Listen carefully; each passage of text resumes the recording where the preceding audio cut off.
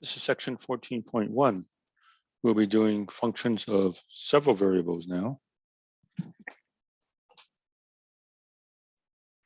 Right, so page 888, functions of several variables. So we are used to f of x or s of t having a single variable. Now we can have a function of two variables, say t equals f of x, y, for instance, or we could have a function of three variables. Okay, so a function of two variables is a rule that assigns to each ordered pair of real numbers, x and y, in a set D, a unique real number denoted by f of x, y.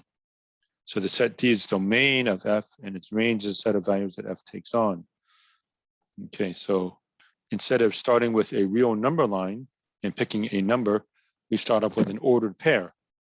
So a point in the xy plane, for instance, and it goes over to z, which is a height. And that's one of the main reasons why we have z as the vertical axis, so it can correspond to the height.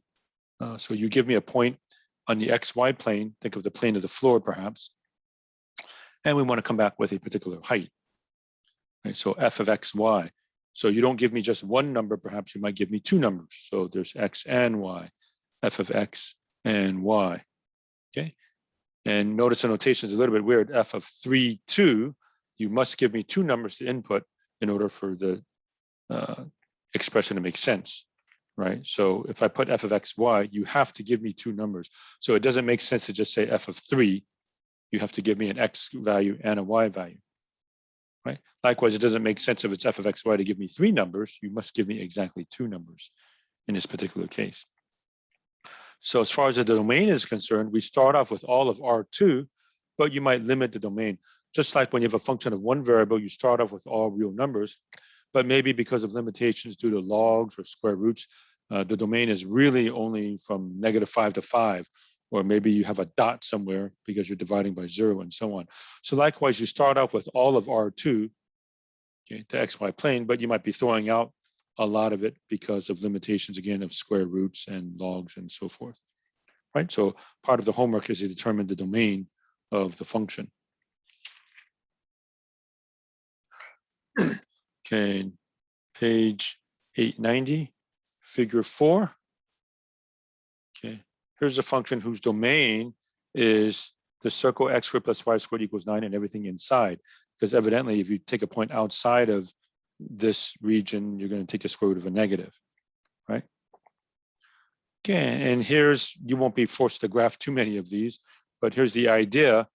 If the domain is something in the xy plane, then you can see the function itself. It does pass the vertical line test. You pick any point in the domain, you go straight up, it's going to touch only one point over this sheet that's above. Okay, so it doesn't fold back on itself.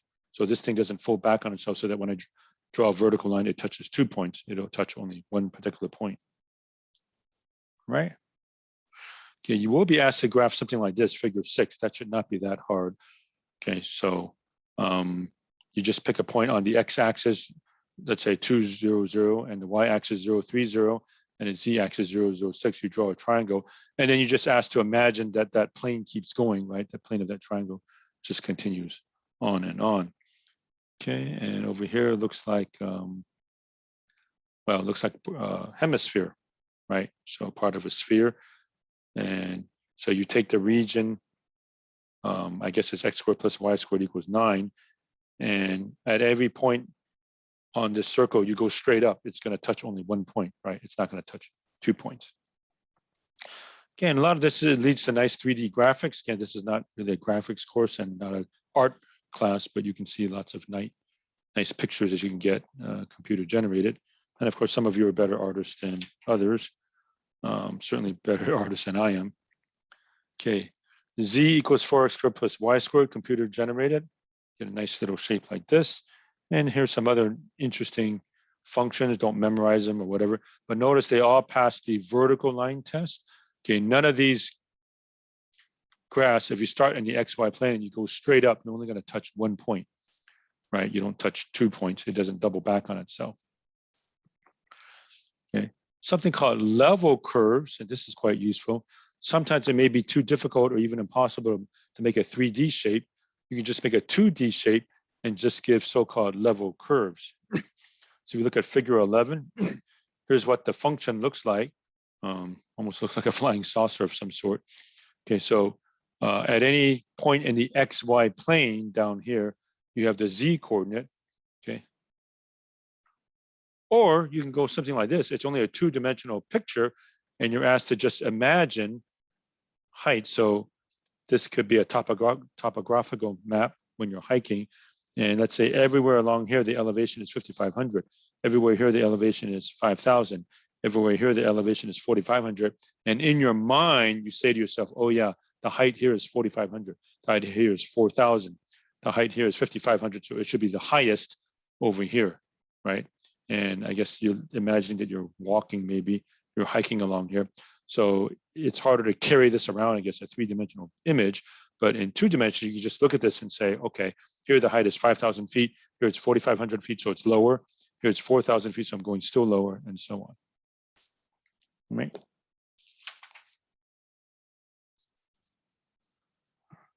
Here's a very simple contour map with level curves. Okay, K is meant to be a height. K is 12, 6, 0, -6. Okay, so these are almost like steps. The height is -6. The height is 0. The height is 6. So you're actually climbing steps as you go up in this direction, right? The height is -6, 6 feet below sea level, so to speak. And then at 0 and 6 and 12. So it's almost like you're climbing up, you're stepping up. A staircase, as it were, in this particular case. Okay. Here's a map over here. Okay.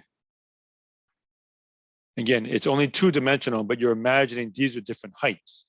So everywhere here, the height is 50. And then here it's 60, here it's 70, here's 80. Then you say to yourself, okay, I'm going uphill, right? I'm not going uphill. Everywhere here, it's still 50. And looks like over here, I guess I'm going uphill also, right? I'm walking up to height of 60 and then a height of 70, height of 80. So I'm going up as I go in this direction, right? So you can see it's a lot easier drawing these things than it is to draw these things. Okay, although computer generated, you know, gives us lots of nice pictures like this one. I'm on page, you can focus this, 897. Okay, these are functions. They all pass the vertical line test. Okay, if you draw a vertical line anywhere, it's only going to touch the graph at one spot, even though you get some pretty exotic shapes here. We have. Okay. All right, so we're ready for some of the homework problems. So page 899, again, for the benefit of those of you that don't have the book and aren't getting it. There's a table here. I should refer to the table for the homework as necessary. And one of the big drawbacks of teaching this way is I can't show you the book and write on a board, for instance, at the same time as we could face-to-face. Ideally, I would have this projected and then write on the whiteboard, but I'm not able to do that. Some more here. Okay, find and sketch the domain of the function. We'll be doing quite a bit of that. Okay, sketch the graph of the function. Okay, only for things that I think are reasonably doable for graphs. You're certainly not going to have to worry about graphing anything like that, so don't worry about that. And let's see, contour maps. You definitely need some of those.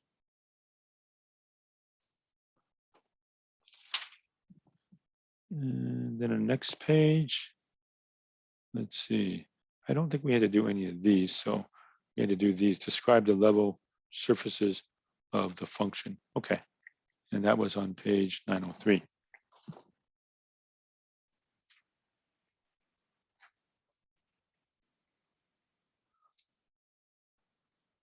All right, for problem 1, they asked you to refer to the table, and unfortunately, I can't show you both at the same time. Ideally, you do have the text. So if you have the textbook, you can see what they're talking about here from example 2. So what was example 2?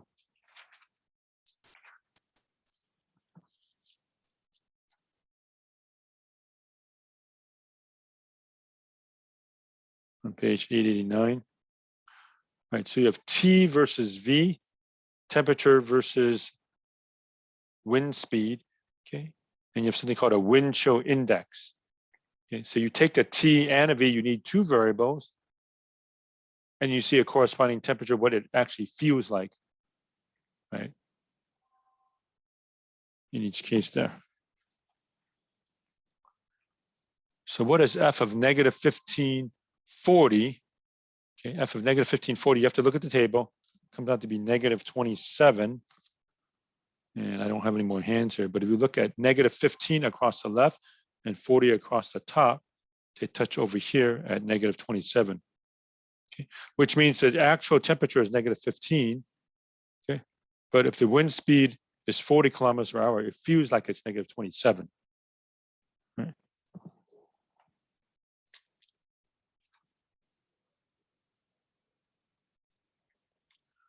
Okay, part B. When T is negative 20 degrees C, at what wind speed will it feel like negative 30? Okay, that's 20 kilometers per hour. So that's basically just looking at the table. So T is negative 20. And he asked me to come across until I see a negative 30. And the answer is 20 there. Okay, so you're just really looking at the table. At what T will a 20 kilometer per hour wind feel like negative 49? And the answer is negative 35. So you start off with a 20 across the top.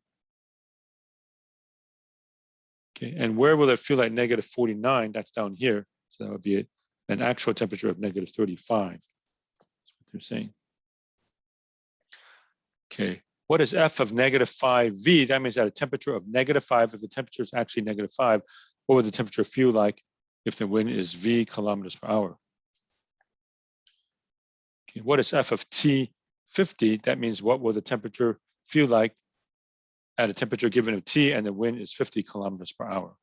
Okay, so that's the basic idea of that one. All right, now you have a function of many variables. So number 11, F of x, y, z is radical x plus radical y plus radical z plus ln 4 minus x squared minus y squared minus z squared. So F of 1, 1, 1. Okay, we're used to having just a single variable in Calc 1 and Calc 2, like F of 3, T of 7, and so on. But here, F of x, y, z means you must give me three numbers, F of 1, 1, 1. So I'll put 1 here, 1 here, 1 here, 1 everywhere. So radical 1 plus radical 1 plus radical 1 plus natural log 4 minus 1 minus 1. Natural log of 1 is 0. So you have 1 plus 1 plus 1 is 3. Okay, what is the domain? So it's a portion of R3, portion of 3 space. Well, x, y, and z all have to be non-negative, greater than or equal to 0. And we're only allowed to take the natural log of a positive quantity. So that means I need this thing to be positive, i.e. x squared plus y squared plus z squared is less than 4. And x, y, and z are greater than or equal to 0. So it's part of the sphere. X squared plus y squared plus z squared equals 4 is a sphere, center of the origin of radius 2. You only want the first octant part and not include r equals 2. Okay, so you're including x equals 0, y equals 0, z equals 0. You're not counting r equals 2, but anything slightly less than 2, like 1.999, is included in that. Okay, 13, it has to discuss the domain. Well, x has to be greater than or equal to 2 and y greater than or equal to 1. So in the xy plane, here's x equals 2, y equals 1. So the domain is over here. So the only points in the xy plane that have z values above it are right here. So not defined here, here, here, right? Anywhere here, but there is graph anywhere here. 17, g of xy is x minus y over x plus y. Well, the only trouble is when the denominator is 0. Denominator is 0 when y equals negative x. So basically, y is not equal to negative x. Dotted line at y equals negative x. Shade all this, and I just throw out this line here, so to speak.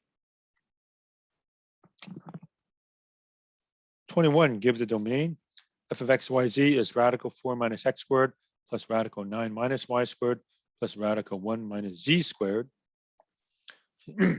Well, this means x has to be between negative 2 and 2. Y has to be between negative 3 and 3. z has to be between -1 and 1. This x says cross, it's not a cross product. Okay, this is just, in other words, if you just see something like this, -2, 2 cross -3, 3 cross -1, 1, it means x goes from -2 to 2 inclusive, y goes from -3 to 3 inclusive, z goes from -1 to 1 inclusive. Okay, so you end up with this box. X goes from -2 to 2, y goes from -3 to 3, z goes from -1 to 1.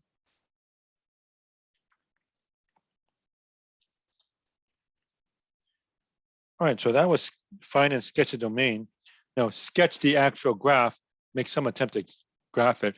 F of xy equals y. Okay, remember f of xy means z. Now z equals y is a line, and then x can vary. Okay, so it's almost like you take the line z equals y and then let x come in and out, and you end with a plane region. So this is my Fibo type of making a plane region. Okay, 25, f of xy is z equals 10 minus 4x minus 5y. A little bit of algebra, 4x plus 5y plus z equals 10. Okay, so just find the x, y, and z intercepts. So x-intercept means y and z is 0. 4x equals 10, x equals 2.5. So 2.5, 0, 0.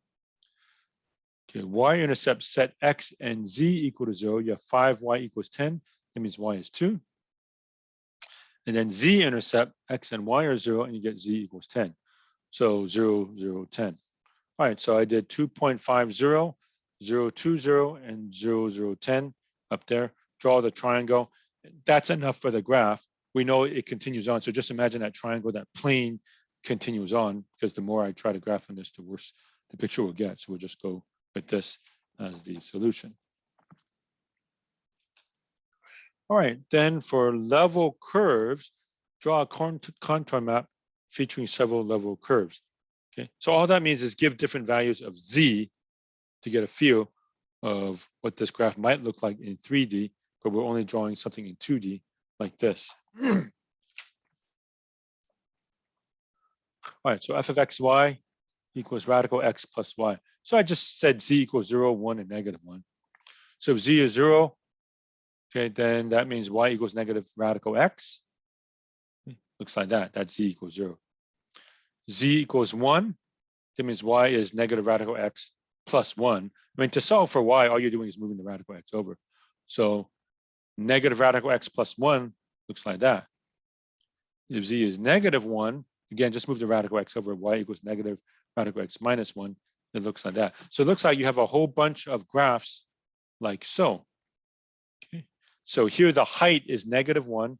Here the height is 0. Here the height is 1. So you can imagine you're walking up stairs, except these stairs aren't straight, they're crooked, right? They're all shaped like that and like that. And as I go, here the height is -1 to 0 to 1 as I just quote unquote step up. All right, then let's see, 69, f of x, y, z equals y squared plus z squared. Okay. Notice I'm not allowed to plug in any negative number. If I plug in 0, y squared plus z squared, okay, that gives me the set of points x, 0, 0. I have the x-axis. This thing doesn't depend on x. So it's basically just the x-axis. 1 equals y squared plus z squared is a cylinder. Okay, if I look only at the YZ plane, I have this, but imagine that circle coming in and out now. So I have a cylinder. Okay, and I say y squared plus z squared equals 4 is also a cylinder. In the YZ plane, you have this, but it doesn't depend on x again. So again, you're coming straight out. So here is only the cross section of the YZ plane, but x is unbounded.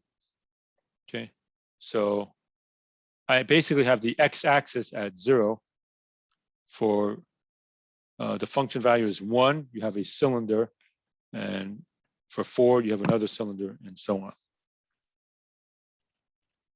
Okay, 67.